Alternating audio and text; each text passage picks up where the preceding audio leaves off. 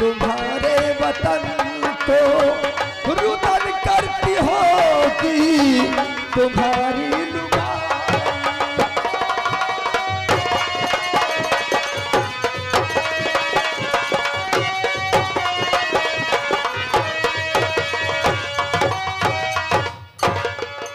भैया और मरा जान कर वालों ने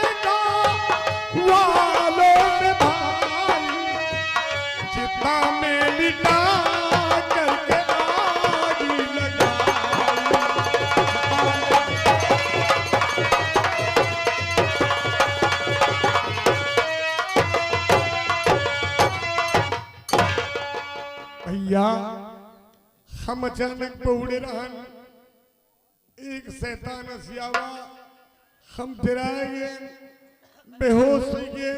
हाँ। गांव वाले समझे नहीं मरीगा हमका चिता माग लगा दी। भैया हमार दुल्हन रुआवती हुई भैया हमार दुल्हन हमका। बड़े भैया सुनिए हमारी बात।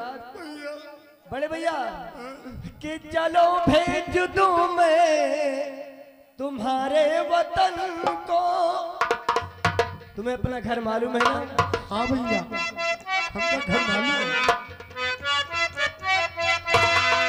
चलो भेज दूं मैं तुम्हारे वतन को। रुदन करती होगी तुम्हारी लुगाई।